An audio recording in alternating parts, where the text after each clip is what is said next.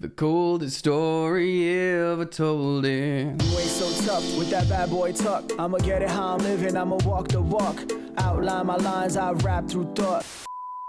Yes, hello friends, welcome back to the channel Football Therapy with me, your host Jan. I hope you're doing well. I really do hope that, dear sweet friend. Welcome back to Chelsea News, of course, the multiple times a day series. English here on Football Therapy. I upload a lot all the time is what I'm trying to tell you. Regarding Chelsea news, what's being said in the headlines? And of course, there's lots of headlines regarding Chelsea because we're a big transitional entity where no one knows what the ruddy heck is going on anymore. So, welcome back.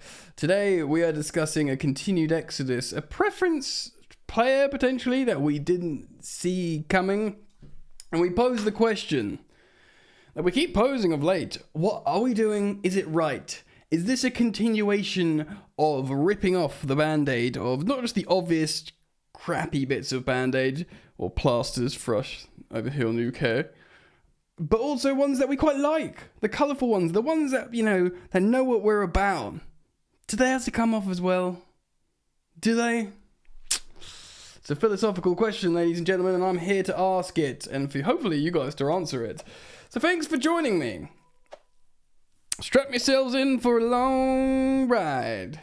Well, hopefully not too long. Let's go. Let's start off with young Diego Moreira, the Portuguese, French or Belgium, I believe, young 18-year-old winger.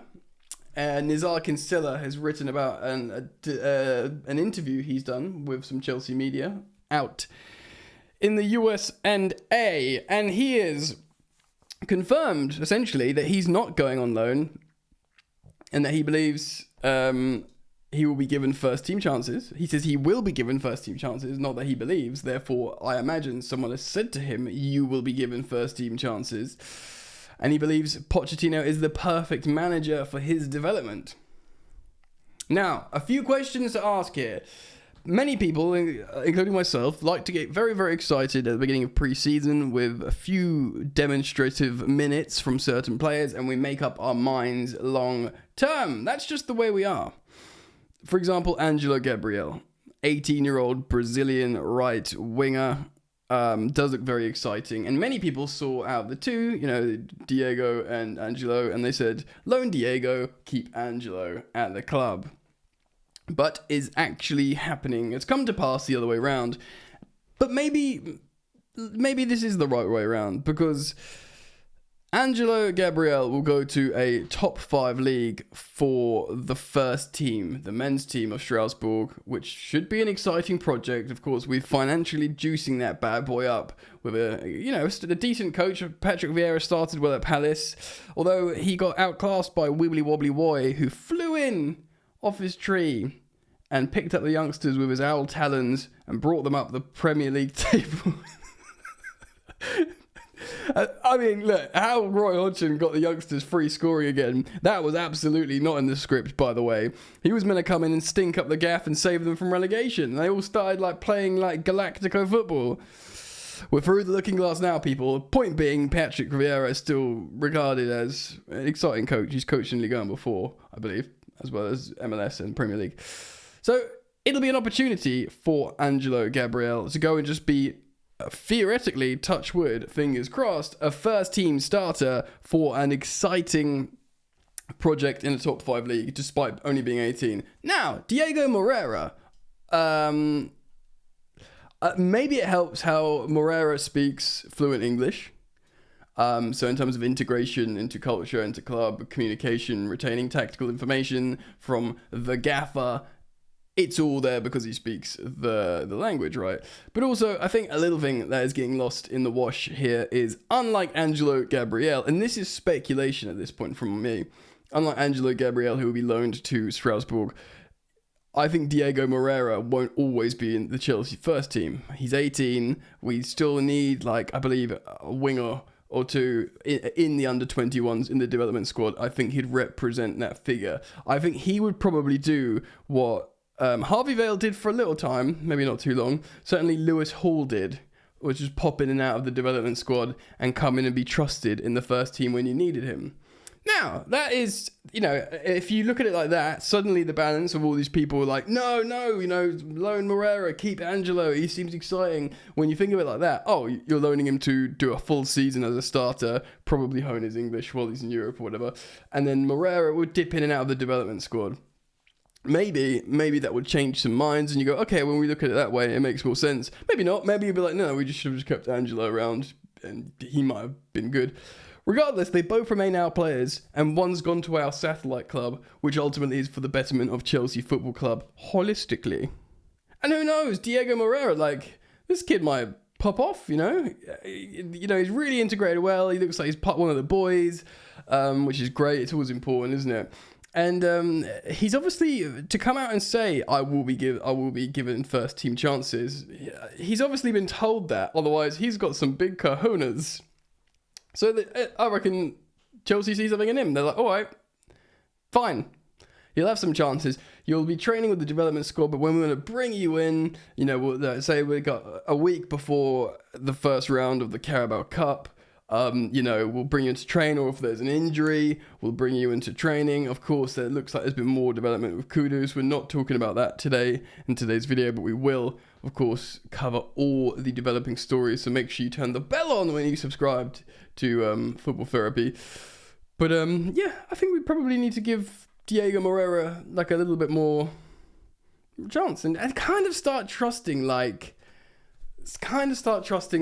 project. I reckon Pochettino's doing a lot of work. As we understand, the owners have stepped back a little bit, although apparently they're intervening in this next story, so keep your powder dry for that. And they're letting the project sort of run itself with the sporting directors, the manager and Pochettino. They're sort of saying, look, do your thing, baby. Do you know what I mean?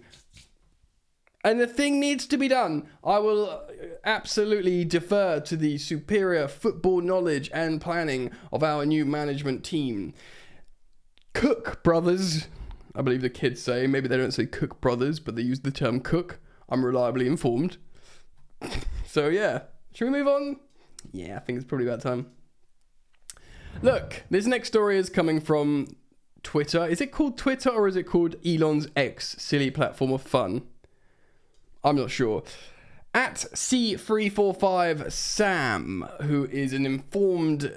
is he an aggregator? I don't know. He's an admin for the United Stand, but he has links and leaks lineups reliably and transfer stories. So he's proven. I mean, it's worrying how these guys are proven, because how are these random Twitter accounts who are seemingly young people, they must be young because they behave like young people. How are they getting full, disclosed access, behind the scenes insight to our club? He's a Man United fan working for a Manchester United channel. I'm assuming he's a Man United fan. Yet he, I believe it is, yet he knows everything about behind the scene to Chelsea. Where's our leaks coming from? And why do our leaks still exist?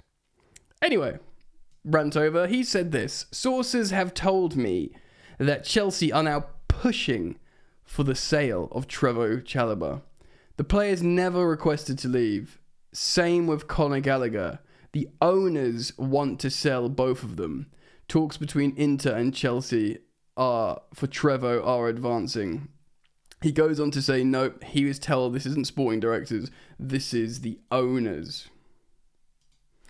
This is tough, man. This is real tough, because we've already just got done speaking about Gallagher and how, look, he doesn't want to go and he's training really hard and playing well, but we're just sort of forcing him out. And neither Gallagher or Connor or Trevor want to go. They're both Chelsea boys. They're both Chelsea fans. They've both been at Chelsea their whole lives. They both want to maintain their Chelsea careers, stay at Chelsea and develop under Pochettino and win things. That is their desires and their plans. And the painful thing is here, they're probably both good enough to play roles. But is roles good enough? And now this is the question. Stepping out of the Chelsea fans viewing this as heartless, they're just really good lads, both of them, for a second. In the long term, are either of them going to be starters for Chelsea? No. No one's going to say Trevor Chalobah's going to start for Chelsea. I think. I mean, that's no disrespect to him. I think he's a very good player. But I think, Wesley Fofana, I personally hold him in high regard. Badia Shield's been playing really well. Thiago Silva. And, of course, Levi Cole. There's a good chance he'll be 5th choice centre-back. So, look. Trevor Chalobah won't start. Many people would say the same by Gallagher. Now, Gallagher is in a little bit more unique position in a world of 5 substitutions per match. He could represent a really useful asset as a closer and one you want to use all the time. But, Chelsea think they can get £50 million for Conor Gallagher. So you kind of get, okay. And Chelsea will think they can get £25 million for Trevor or something like that, because he's highly rated centre-back that's got all this experience that, we can be very thankful for Thomas Tuchel for bringing him in. If suddenly you got £75 million for Trevor and Connor in, to use that phrase again, pure profit, on top of the Mason Mount 60, what's that, 135 pure profit, plus the Kai Havertz money, it's over 200, plus Kovacic and everyone. We're making serious peas here, but the pure profit on the books that does not affect financial fair play, that's a profound amount of money, my friends. 135 million quid straight into the books to juice it up. And then you think, and they will think, okay, so they will think Conor Gallagher and Trevor Chalobah, not starters, but quality. They'll think they can bring in relatively non-expensive replacements. They'll bring in like a cheap, younger centre-back somewhere, maybe from the academy again, or maybe they'll buy one in for like, a teenager for like 8 million, and then 2 years he's ready to be a rotational centre-back, and, he's really, really cheap, and he'll be on really, Trevo signed, extended quite recently twice, oddly, so he's probably on significant wages, and they'll get this like European kid or South American kid that will be paid 40k a week and then eventually sign his big deal, but his big deal will only be 90k a week or 95k a week like Mudryk. Do you know what I mean? And suddenly they're thinking, yeah, these are really, really, really, really far greater or far more inexpensive options playing the same role, Yeah, they might well be as like, sexy names in terms of being Chelsea, and you've seen them play in the Champions League like Chalobah and Gallagher. And I know that doesn't sound like Galactico, whatever, but they represent big names, Chelsea will bring in understated, unknown names what they believe can represent or can fill the void for these particular kind of like external roles, I mean, the thing is, right, that makes a lot of business sense. So we're run by businessmen now, and the businessmen want to win, but they want to take out sentiment and just go for the jugular. And this is what this represents. It is rough, man. I don't use Twitter anymore, but I log in to see the news, and I see people are like sad, bro. For both Trevor and Connor, this is heartless, this is ruthless. But it's business, baby. It is business. We'll still have academy boys. We'll have Levi and Reece James at the back. They could both be starters. You'd think, all being going well, they'd be starters. Lewis Hall still liked by the club. Is there anyone else left out there from the academy? I'm not so sure. I can't think of anyone. Jesus, they are dropping like flies.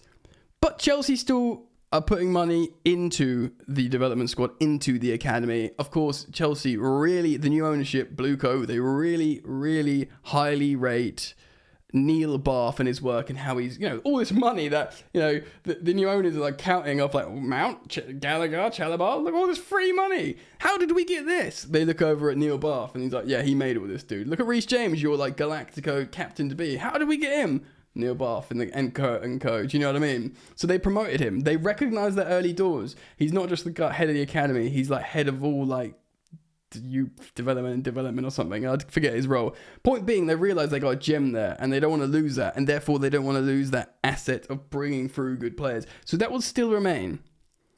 Granted, we're going out of the Frank Lampard era of all Cobham graduates thinking they're going to play for Chelsea and win the Champions League.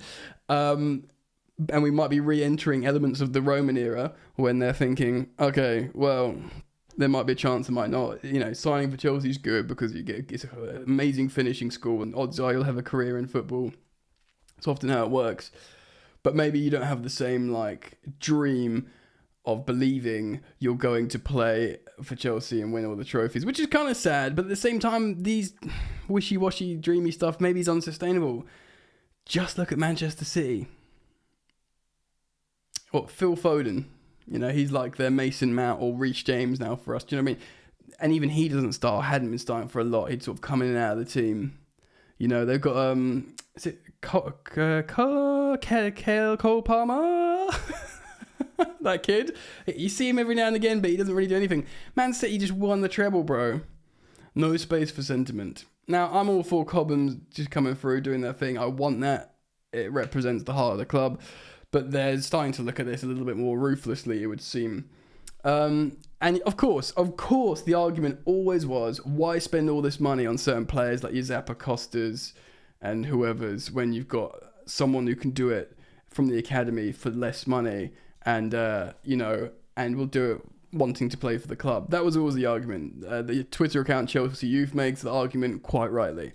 But now it's at the point where actually, if the argument is true that I've speculated and made, they'll be bringing in, they won't be buying like, you know, these high wages, Zappa-Costas. They'll be using these like young players they've bought in for nothing and bringing them through, and because, you know, and not paying them on big wages. Remember, the big wages thing is abolished, so that kind of ethos of paying all these like mercenaries high wages to come to Chelsea and not letting the youngsters have a crack who would just do it for cheap, you know, that's kind of changing as well. So it's difficult. We're in a peculiar sort of mid-ground now, middle space, and it's tough, man. It's tough to sort of swallow. So let me know what you think. You can't help but feel sad for both Trevor and Conor Gallagher, and I sort of maintain that if I was told, Jan, they're both staying, great, they're both really good guys, they're good footballers, and they want to play for Chelsea. But at the same time, say you make £75 million pure profit for both who aren't starters, who Chelsea can believe, you know, collectively they can replace those fringe players for a third of that money in terms of development, and they might feel like they've got players coming through. That's it. So I'll leave it up to you guys. Let me know what you think. Please do comment down below. I'm very interested in learning the collective fan opinion on this. So thank you for doing that. Remember to subscribe. Love you very much.